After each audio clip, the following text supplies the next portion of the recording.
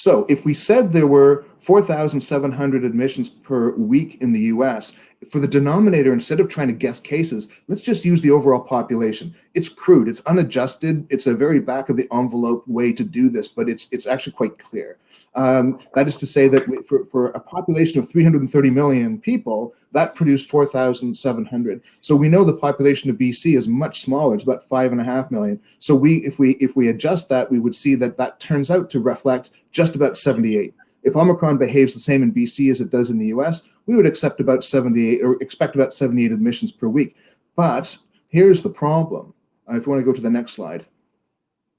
The problem is that yellow-orange line is tilting upward. It's not a straight line, it's tilting upward. In other words, the rate of increase itself is increasing. So hospitalizations in that last week in December in the US increased by 65% over the prior week. So let's assume for a moment that orange line turns into a straight line, turns into a diagonal straight line and doesn't arc up any further. We could expect week 1, week 2, week 3, week 4, we could expect this giant total of nearly 800 admissions, child admissions in BC.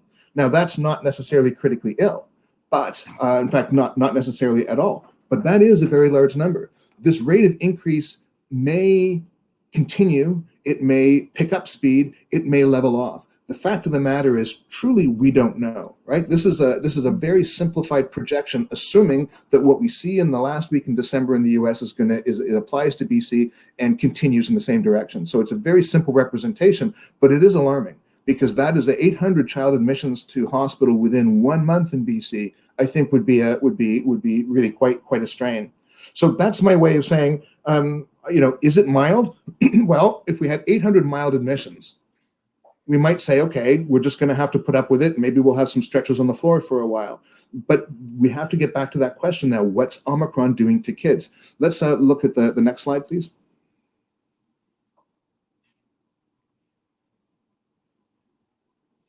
So risk factors for serious COVID. Okay, so 78 weekly hospitalizations may be manageable if they're mild, but if they aren't, let's look at some of the risk factors for serious COVID.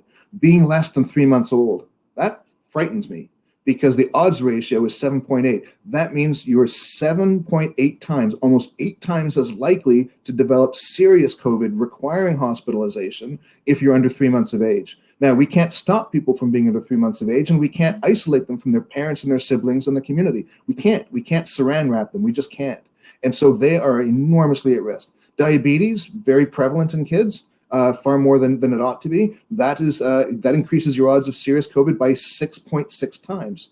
Premature birth, which has immune system implications, 3.7 times. A compromised immune system, which some kids have, it's a lot less prevalent, 3.5 times. And asthma, which is fairly prevalent in kids, more than doubles the chance. Now, of these, being very young, being under 3 months, and having asthma, those are significant predictors for requiring ventilation. And so when kids need to be ventilated, they're seriously ill. My understanding is that British Columbia has 27 acute care beds that it shares with the Yukon. That's not very many acute care beds if we have a bunch of kids under 3 months old and a bunch of kids with asthma becoming ill. So that's my answer to your question. Is it mild? Mild for some, mild for adults, milder than it was in those cases. Yet child hospitalizations are going up, and I'm worried. And I got to say it, I'm not looking at Omicron as a mild ride for kids.